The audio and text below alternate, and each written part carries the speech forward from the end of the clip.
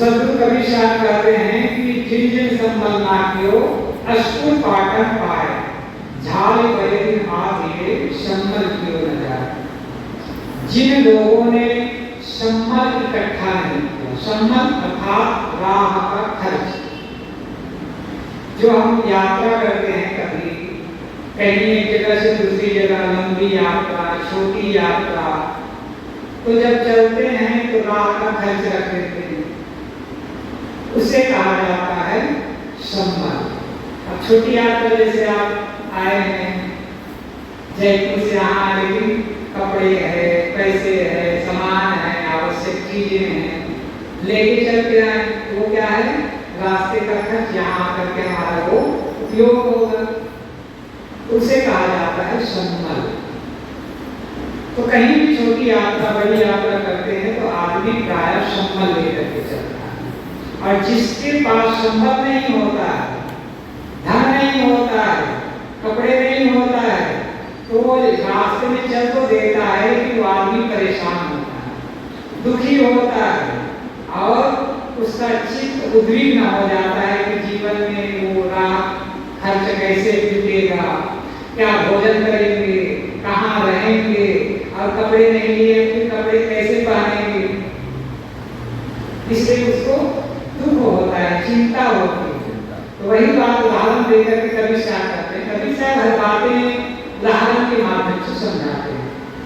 तो ठीक वैसे ही जिन लोगों ने राह का खर्चा इकट्ठा नहीं किया, कहाँ, अस्पुर पाटन पाए, सुंदरपुर मिला हुआ है, नगर मिला हुआ है, और पाटन उस नगर में बाजार भी है। पाटन का तात्पर्य होता है बाजार।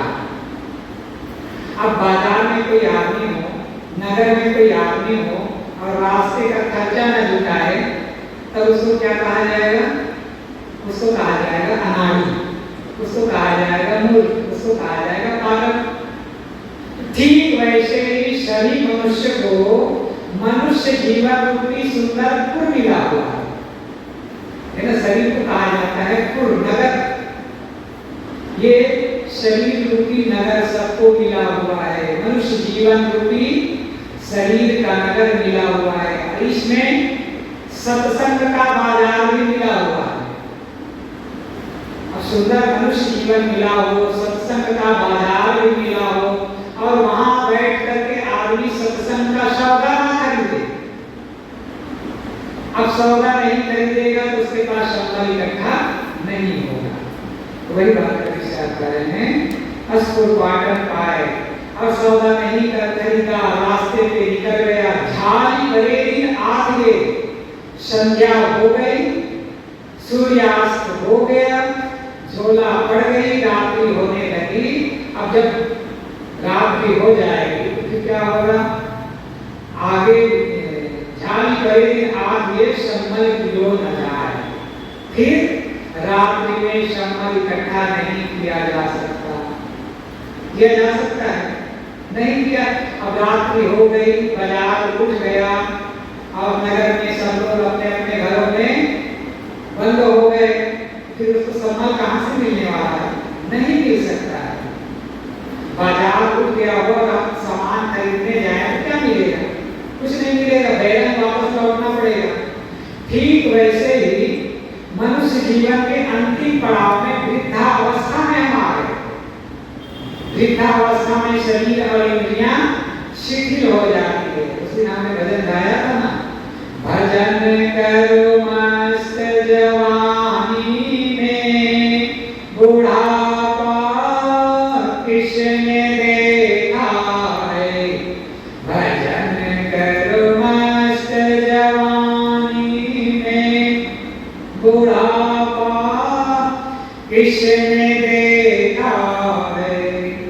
कहने का तात्पर्य है भजन का काम, सत्संग का काम, सेवा का काम, स्वाध्याय का काम, चिंतन का काम, सदाचार का काम, दया का काम, परोपकार का काम, दान का काम, ये जब तक शरीर और इंद्रियों में ताकत होती है, ऊर्जा होती है, पास में धन होता है, तभी किया जा सकता है। अब वृद्धावस्था आ गई, जर्जरावस्था आ गई, शरीर से जला नहीं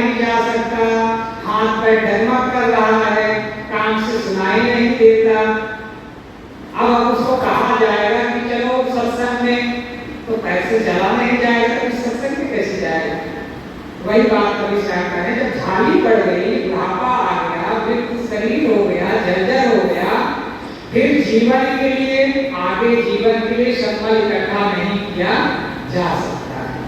इसलिए सुंदर मनुष्य जीवन मिला हुआ है नगर के समय, और सत्संग का बाजार मिला हुआ है, इसमें संबल इकट्ठा करो, नहीं तो आगे पछताना पड़ेगा। आगे फिर इसी क्रम को आगे बढ़ाते हुए कभी शायद करते हैं, यहाँ संबल कर ले, और दोबारा जोर देकर कभी शायद कर रहे हैं, संबल कहाँ करना है? यहाँ ही संबल कर ले, आगे विषयी बात, स्वर्ग विशाहन सब चले जहाँ दुनिया का हार।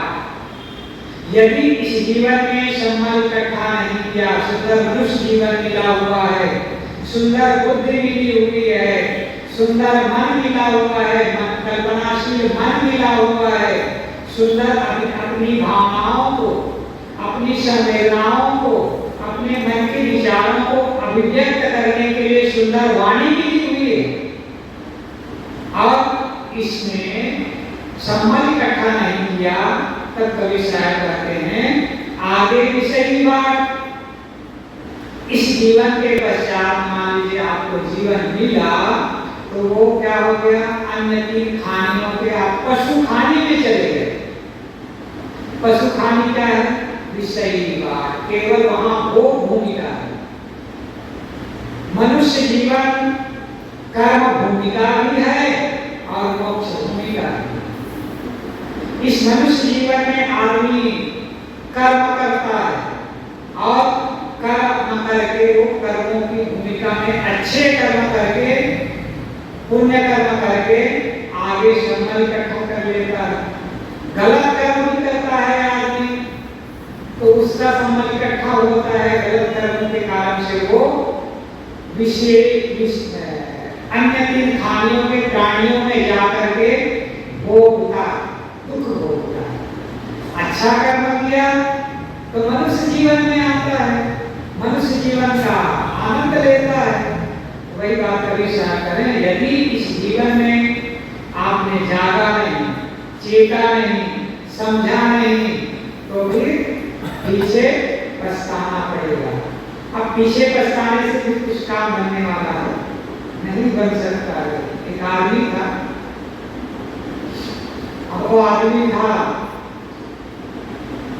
कहना चाहिए शेख चिल्ली कह सकते हैं, शेख चिल्ली था। अब शेख चिल्ली था, शेख चिल्ली रास्ते रास्ते चल रहा था, उसको एक सेठ ने बोला कि आओ इधर। शेख चिल्ली गया, उसने कहा ये घी का घड़ा है, घी का घड़ा सिर पर रखो और मेरे घर तक ले चलो, तो मैं तुम्हें इसका 300 रुपया क्या दूंगा, मेहताना दूंगा। सुरक्षित ले चलना घी, यहाँ से 2-3 किलोमीटर मेरा घर है, वहां पहुंचा देना।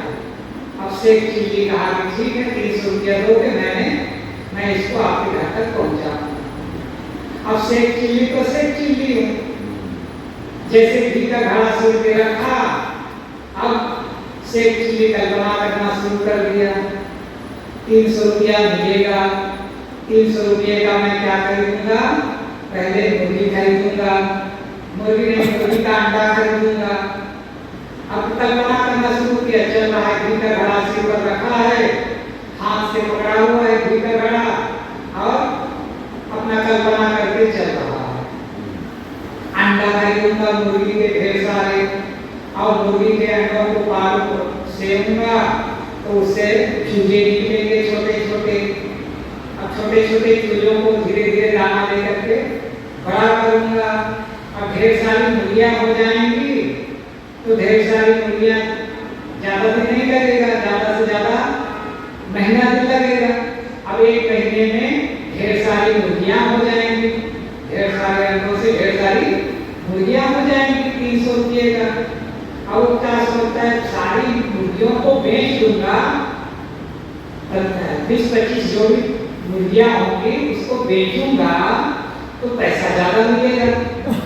अब जब ज्यादा पैसा मिलेगा तो फिर बकरी खरीद लूंगा, दो चार बकरी खरीद लूंगा, उसको 4-6 महीना पालूंगा तो फिर वो ढेर सारी हो जाएंगी बकरियां भी। एक बकरी 2 और 3 बच्चे देती है एक बार में, तो 4-6 महीने में बकरियां भी 15-20 हो जाएंगी। फिर बकरियों को बेचूंगा तो गाय खरीद लूंगा, बढ़िया गाय के बच्चा देने वाली गाय खरीदूंगा।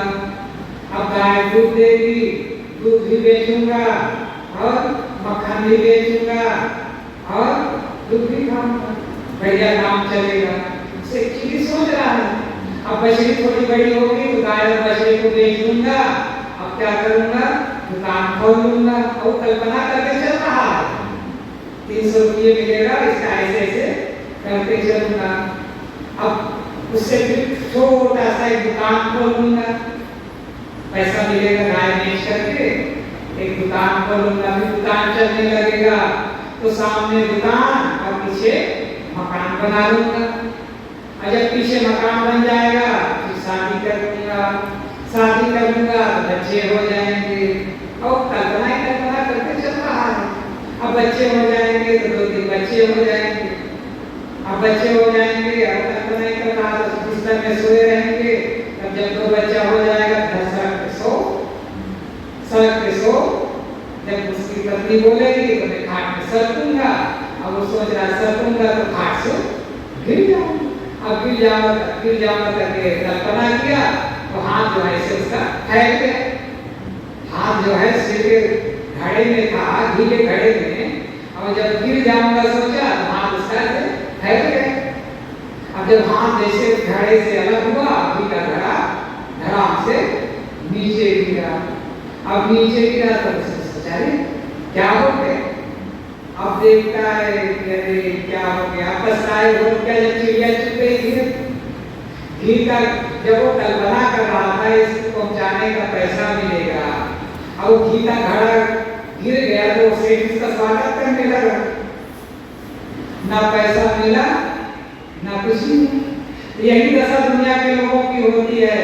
जब तक जीवन होता है, जब तक जवानी होती है, जब तक शरीर स्वस्थ होता है, तब ये कर लूं, वो कर लूं, ऐसा कर लूं, इतना कर लूं, ये कर लूं, मन उसी कल्पना में लगा रहता है और करते करते करते करते करते जीवन के अंतिम पड़ाव में पहुंच जाता है आदमी। और जब अंतिम पड़ाव में पहुंच करके आदमी का शरीर शिथिल हो जाता है, अब शिथिल हो जाता है तब सोचता है जो करना था वो कर नहीं पाया। आपके जयपुर में एक भक्त है, शायद आप जानते होंगे, जगदीश जी, जानते हैं? अच्छे भक्त है, भजन भी गाते थे। अब वो गाते थे कि हाँ बच्चों की शादी कर दें, फिर हम आश्रम में किसी आश्रम में रह के सत्संग करेंगे। अब वो सोचे थे, अब हो गया है, उसको भी आए थे मेरे ख्याल से 1-1.5 महीना पहले, तो बता रहे थे हो गया है उसको कहीं पेट में कैंसर हो गया, कैंसर हो गया। अब कैंसर हो गया है तो उसी की इलाज में बेचारा पड़ा है, परेशान है। अब जो सोचा था वो सारा कुछ गया। तो कहने का तात्पर्य है आदमी जो सोचा होता है वो होता ना। तो कहने का तात्पर्य है आदमी के भानी में जीता है, ये करूँगा, वो करूँगा, ऐसा करूँगा, वैसा करूँगा, वो सारा कुछ धरा का धरा रह जाता है। अब आदमी का जीवन व्यर्थ में बीत जाता है। तो उसी बात को लेकर कवि साहब कहते हैं कि जहाँ युसम्मल कर ले आगे विषयी बाट, स्वर्ग विशाहन सब चले जहाँ बनिया ना हाट। आगे ना बनिया मिलने वाला है ना हाट मिलने वाला है, और आदमी क्या करता है स्वर्ग विशाहन चला हुआ। जहाँ बनिया है ना हाट है और वहाँ स्वर्ग बेचने, स्वर्ग खरीदने चला हुआ। स्वर्ग खरीदने चला है। स्वर्ग खरीदने का मतलब है अपने जीवन को संभालना तो दूर, स्वर्ग की बात सोचता है। स्वर्ग में पहुंचेंगे तो वहाँ ऐसा सुख मिलेगा, वैसा सुख मिलेगा, वहाँ स्वर्ग में पहुँच के ऐसा सुख भोगेंगे, वैसा सुख भोगेंगे। कल्पना में आदमी जीता है और यहाँ सम्मान इकट्ठा नहीं करता है, ना दान करेगा ना सेवा करेगा। दान सेवा परोपकार किया तो कुछ सम्मान इकट्ठा हुआ, लेकिन वो तो कुछ लोग करते हैं, दान भी करते हैं, समझदार होते हैं, सत्संगी होते हैं, परोपकारी होते हैं, वही लोग करते हैं। बाकी लोग खाना, कमाना और बाल बच्चे पैदा करना और बाल बच्चों की परवरिश करना, बस इतने तक ही उसका जीवन सीमित होता है। बस कमाना, खाना, काम धंधा करना, बच्चे पैदा करना, उसके आगे उसकी समझ ही नहीं जाती है। भी सत्संग भी करना चाहिए, भजन भी करना चाहिए, दान पुण्य सेवा परोपकार करना चाहिए। ना जीवन में साधना कर सके तो कोई बात नहीं, मोक्ष स्थिति तक ना पहुंच सके कोई बात नहीं, कम से कम अच्छी पूंजी तो इकट्ठा हो जाए जो साथ में जाए और हमें आगे सुख दे सके। इसीलिए चंद्रलाल जी ने गाया है, संग चले सो धन है संतो, छूट जाए सो माया, करो तैयारी ऐसे धन की आगे हो साया, संतो आगे हो साया। संग चले सो धन है संतो, छूट जाए सो माया। जो संग चलने वाला धन है वो भूला रहता है और जो छूटने वाली माया है वो याद रखता है। माया तो चाहे जितना बटोरे वो एक दिन छूट जाती है। हाँ, छूट जाती है ना। हाँ। और जो धन है वो साथ में जाता है। बताने का तात्पर्य इसमें इन दोनों साखियों में केवल सार बात यही है कि जो मनुष्य जीवन मिला हुआ है ये संबल इकट्ठा करने की भूमिका है। इसी जीवन में, इसी मनुष्य जीवन में ही आगे का राह खर्च संबल इकट्ठा किया जा सकता है। और कदाचित संबल इकट्ठा नहीं किए और जीवन की अंतिम पड़ाव में हम पहुंच गए तो आगे संबल इकट्ठा करना संभव नहीं है, मुश्किल हो जाता है। क्योंकि उस समय शरीर इंद्रियां जवाब दे देती है, करना कुछ और चाहेंगे, शरीर इंद्रियों में रोग लग गया तो सारा पैसा उसी में चला जाएगा, तो फिर हम कर भी नहीं पाएंगे।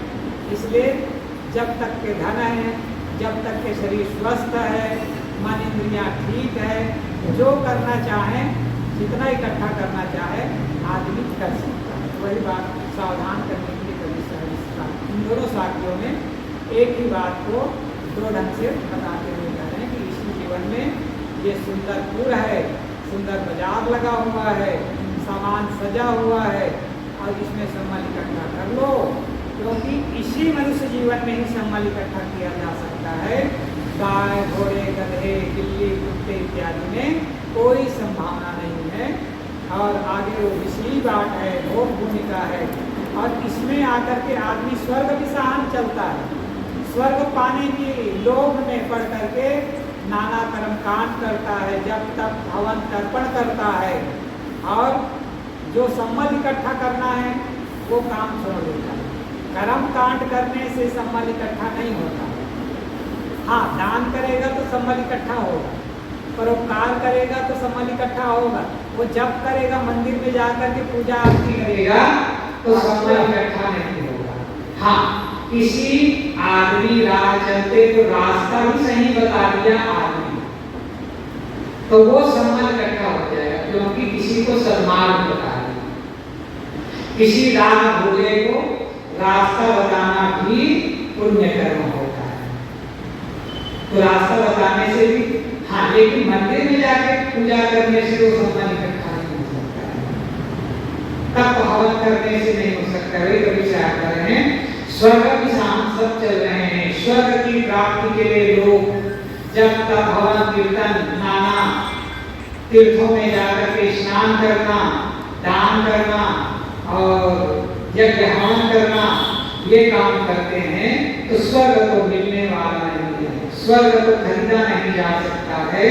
क्योंकि स्वर्ग नाम की चीज, स्वर्ग नाम की जगह कहीं आकाश में है नहीं।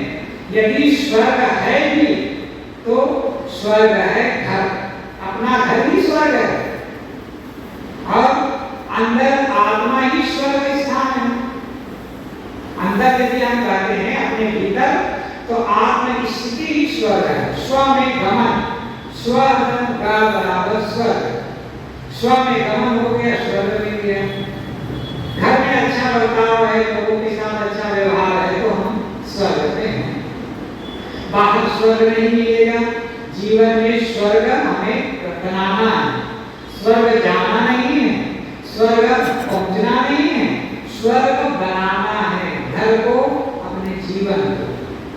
तो लोग, दुनिया के लोग स्वर्ग पाने के काम में लगे हुए हैं। कहाँ? आकाश में। कभी साहब कहते हैं वहां मिलने वाला नहीं, क्योंकि ना वहां बनिया है और न ही वहां बाजार है, जहां से आप खरीद करके स्वर्ग जा सको। स्वर्ग का टिकट मिलने वाला नहीं है। तो कहने का तात्पर्य है, पंडितों के पास जाकर, पुरोहितों के पास जाकर और वो स्वर्ग का प्रलोभन दे रहे हैं, वहां आप यदि चाहते हो कि वहां जाकर के उनके अनुसार चल करके करके स्वर्ग पाना चाहते हो, तो ये तुम्हारे मन का धोखा है। स्वर्ग यदि पाना है तो अच्छा संबंध इकट्ठा करोगे, मनुष्य जीवन में आओगे, अच्छा जीवन जियोगे, सत्संग भजन में लगे रहोगे, तो तुम्हारे जीवन में स्वर्ग खुद ब खुद आ जाएगा। स्वर्ग पाने की इच्छा में मत करो। इस प्रकार से सतगुरु कबीर साहब मनुष्य मात्र को समझाते हुए कह रहे हैं, ये सुंदर मनुष्य जीवन मिला हुआ है। इसे कहा जाता है मानुषतम सद्गुरु मिलन, मोक्षम इच्छा होए, दुर्लभ तीनों परम है, पाए सुयोग न होए। मनुष्य का जीवन मिलना बड़े दुर्लभ होता है, बड़े भाग्य से मनुष्य का जीवन मिलता है। और स्वामी जी ने भी कहा है, बड़े भाग्य मानुष तन पावा, सुर दुर्लभ सद्ग्रंथन पावा। भाग्य हमारा उदय हुआ तो मनुष्य जीवन मिला, और सौभाग्य उदय हुआ तो संत गुरुजन मिले, और परम सौभाग्य हुआ तो मोक्ष की इच्छा हो गई। जो जिसको तीनों मिल जाता है, कबीर साहब कहते हैं पाए सुयोग न होए। ऐसे सुयोग के अवसर को प्राप्त करके नहीं होना चाहिए, और जिसने खोया उसका जीवन तीन खानियों में जाकर केवल दुख भोगना होगा। तो बस ये संदेश सतगुरु कबीर साहब देते हैं कि ये सुंदर मनुष्य जीवन मिला हुआ है, बड़े भाग्य से मिला हुआ है। इसे चूको मत, भूलो मत, भटको मत, और इस जीवन में सम्मान इकट्ठा करके जो पाना चाहते हो वो काम कर लो, तो तुम्हारे मनुष्य जीवन पाने की सफलता है। बस इतना ही आज का संदेश है। बोलिए सद्गुरुदेव की